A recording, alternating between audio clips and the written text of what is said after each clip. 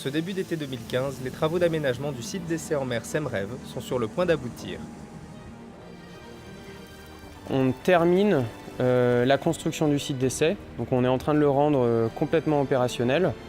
Il mesure 1 km², il est situé à 23 km au large du Croisic. Et en fait, sur ce site seront installées dans le futur plusieurs technologies de récupération des énergies marines renouvelables. 10 semaines d'opération maritime, 550 heures passées en mer seront nécessaires pour finaliser ce chantier qui durera tout l'été. Après 8 sorties préparatoires aux travaux sous escorte de quelques curieux, c'est le début des grandes opérations. Saint-Nazaire, le 18 juillet 2015. Le matériel arrive sur les quais. Très lourd et paradoxalement très fragile, il est chargé avec le plus grand soin. Ce sont des câbles qui permettent de rapatrier l'électricité produite en mer jusqu'à la Terre. Et donc qui permettent également de communiquer avec les futures machines qui seront installées. Le hub de connexion va permettre de connecter simultanément jusqu'à 3 machines et donc de les commander à distance depuis la base de recherche qui est installée sur la commune du Croisic. La plupart des technologies sont mises au point en laboratoire sur des bases théoriques et sur la base d'essais sur modèle.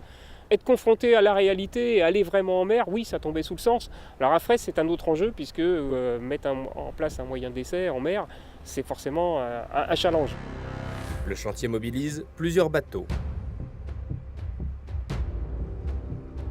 plusieurs équipages, plusieurs entreprises, plusieurs spécialités, agissant en surface et par 40 mètres de fond, doivent être coordonnés. On va déconnecter la bouée avant, là, il va laisser l'océan à l'eau.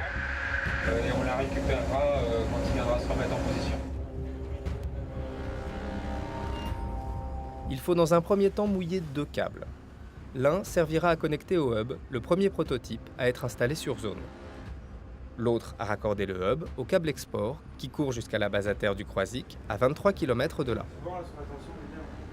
Les opérations sont délicates et fortement dépendantes de la météo.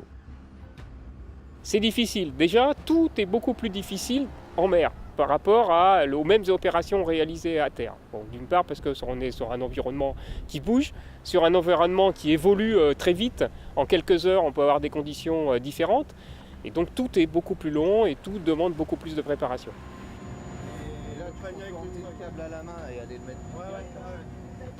À force de patience, de méthode et d'ingéniosité, les équipes viendront à bout des difficultés. Les câbles sont ancrés, mission accomplie, la flottille peut rentrer au port.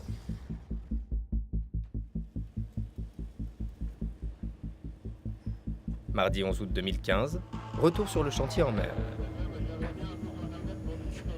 Les moyens déployés sont de grande ampleur.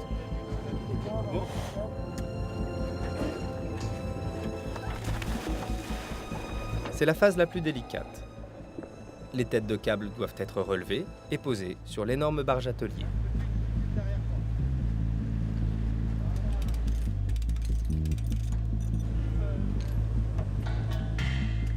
La fenêtre météo est courte. La nuit tombe, il faudra donc poursuivre les opérations de nuit.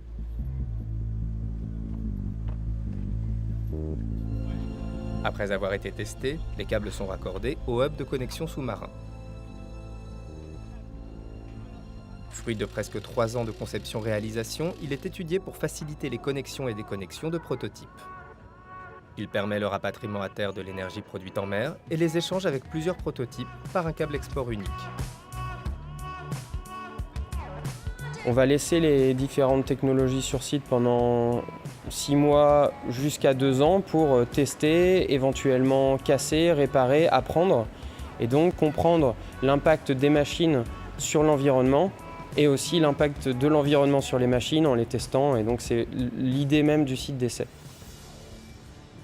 Le hub est mouillé, le chantier est terminé. Le site Semreve est opérationnel. La première technologie à y être testée sera une éolienne flottante et sera la première d'une longue lignée de prototypes. Le défi technique et technologique est relevé. C'est une première en France un projet ambitieux réalisé sur une durée totale de 8 ans que l'École centrale de Nantes a su mener à bien. Aujourd'hui, c'est la fin de ce projet de construction du site d'essai, mais c'est évidemment le début d'une aventure qui commence. Un projet comme SEMREV, c'est emblématique pour l'école. Nous formons des ingénieurs. Les ingénieurs se doivent d'être confrontés au réel. Grâce à un site d'expérimentation comme celui que nous avons maintenant, SEMREV, nous sommes maintenant prêts à accueillir et à développer des nouveaux systèmes de récupération des énergies.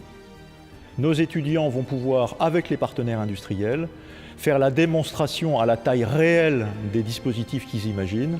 Et ces nouveaux dispositifs sont ceux qui équiperont demain, nous le pensons, les différents parcs de production d'énergie en France et probablement aussi dans une partie du monde.